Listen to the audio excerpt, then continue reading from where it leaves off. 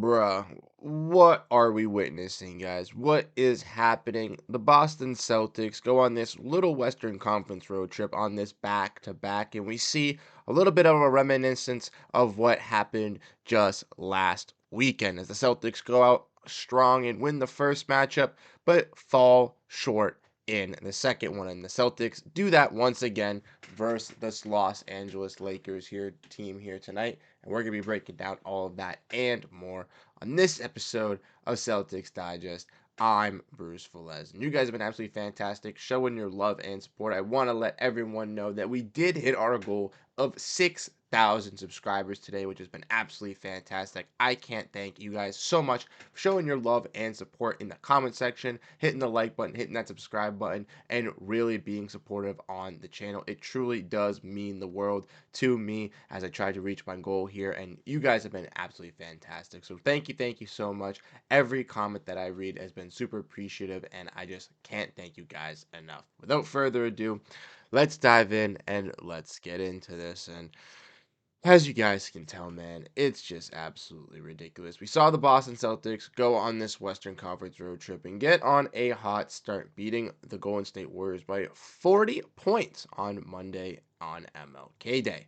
Then we see them take on the Clippers in a game where they had a lot of their starting lineup out, in which the Celtics were not that great defensively, needed a spark in Jaden Springer to come back in the game, almost choked the game late, had to go to overtime, and forced their fans to stay up late. And once again tonight, we are in the ringer as we are up watching this Celtics team put on a dud of a performance here versus the Los Angeles Lakers in their second game in the back-to-back. If we want to dive in and look at this, like I mentioned, 117-96 was not even close here for the Boston Celtics in this game. They were keeping it close in the beginning, but the Lakers were just on fire from three-point range to start the game. The Celtics, once again here, struggled to shoot the ball at some points. They were going to Kristaps Porziņģis and Jaylen Brown early on, as Cookies and Cream was the dominant X factor alongside Jayson Tatum.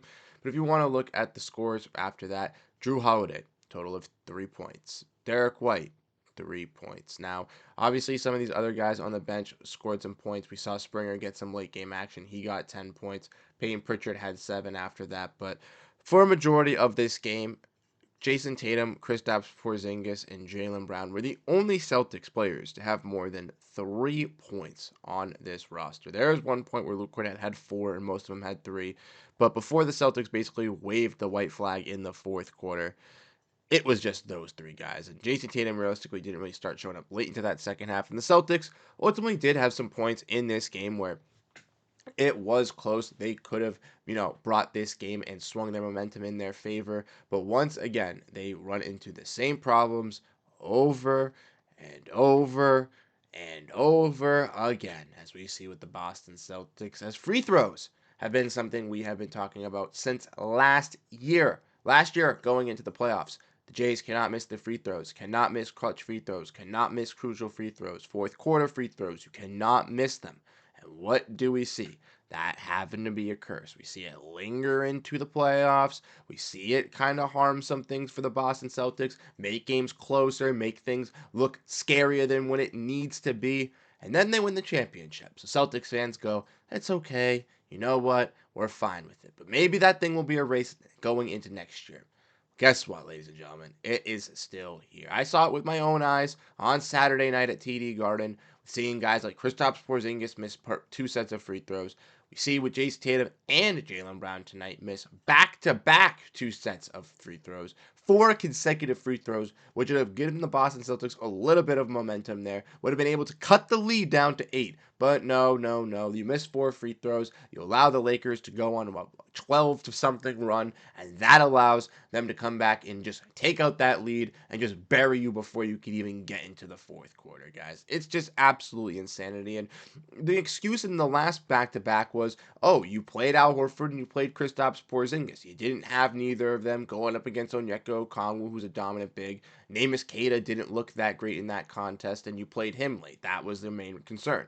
Well, going up against a team in the Los Angeles Lakers, the Celtics did the smart thing. They benched those guys versus the Clippers, knowing that the Clippers were resting some of their players and some of their players were sitting out. The Celtics did the same, resting Horford, Porziņģis, and Jrue Holiday for that contest, for everybody to be ready to go tonight. And what do we see out of that performance? Obviously, Porziņģis looked pretty solid, obviously being dominant and scoring in the paint as the Lakers basically allowed him to, as the main focal point of this offense for the Celtics, and he realistically has been over these last couple of games for this team. But besides that, what did we see? Jrue Holiday didn't give us a good performance. Horford didn't really do us that much tonight, and that's not acceptable from this Celtics team. And unfortunately, in these back-to-backs, it just hasn't been great. They've been on a little bit of a rut, but it's just super, super frustrating. Specifically, when you're staying up super, super late to watch this team. You want to see them win. You're pouring in all your heart to these games, and you just have to sit there and just stomach an absolute beat down, and you just do not want to take it. All you want to do is shut your eyes and go to bed, and you cannot. It's absolutely ridiculous, man. Just I can't believe what's absolutely happening. Like I said, it's just a little bit of a rut period with this Celtics team, but the fact that we can see performances of really, really dominance, like versus the Orlando Magic just Friday night, and versus the Golden State Warriors on Monday, but then just performances of lack of coming together offensively and defensively versus some of these teams, like the Los Angeles Lakers, like the Atlanta Hawks, going up against the Clippers and almost collapsing. There's so many times where the Celtics have just had these little minor errors this season and it just hasn't been able to help out with this team.